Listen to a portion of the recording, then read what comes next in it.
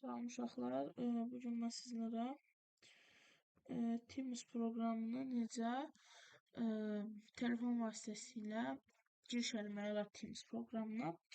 İlk öncə qrupa atdığım linkdən girib Teams-i yüklüyorsunuz və yaxud da ki Play Store və ya App Store-dan girib, yəni Teams adı belə gedir, Microsoft Teams girib, yəni yazanda da çıxır.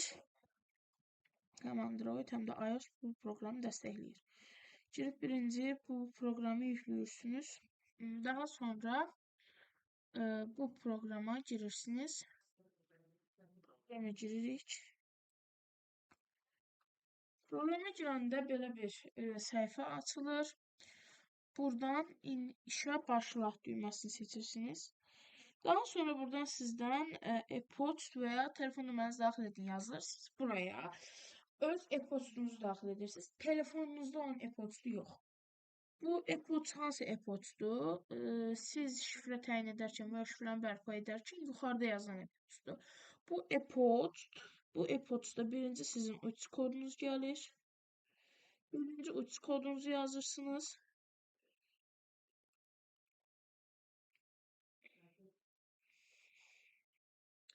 Uçuş kodunuzu yazdıktan sonra işarəsi qoyursunuz.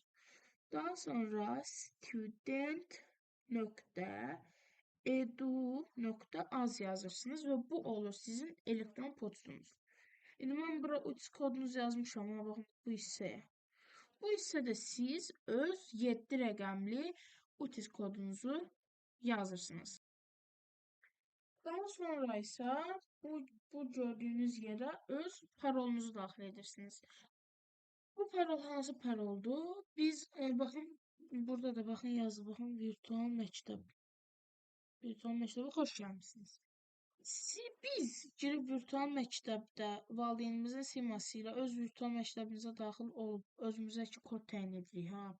Baxın o kodu, yəni o parolu bura yazırsınız. Və minimum 12 rəqəm və hərfdən ibarət olan kodumuzu ki, bunu özümüz təyin etdik.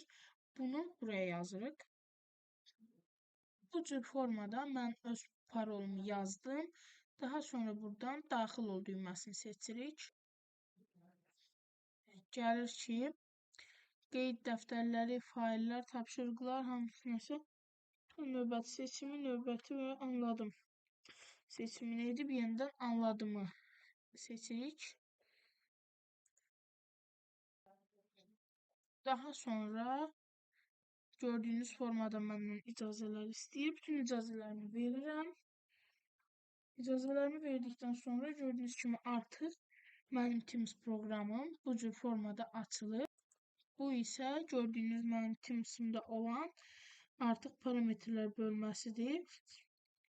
Gördüyünüz kimi buradan mən parametrlərə daxil ola bilirəm. Öz əlçatanlığımı buradan qeyd edirəm ki, məşğul oluram, narahat oluram. Bunu buradan seçmək olur ki, mən özüm hal-hazırda həmişə məndə əlçatan olur, bu qədər. Gördüyünüz formada artıq biz bu cür formada Teams proqramını yükləyib bu cür formada giriş edə bilirik. Buradakı şifrəsini bilməyən şagirdlər bundan əvvəlki videoma daxil olub, oradan necə şifrəni bərpa etmək olar, onu izləyib öz şifrəsini bərpa edə bilərlər. Yəni şifrələrini yenidən təyin edə bilərlər. Və bu da bildiyimiz kimi valideynin siması ilə mümkündür. Oldu, sağ olun, gecəniz xeyrə.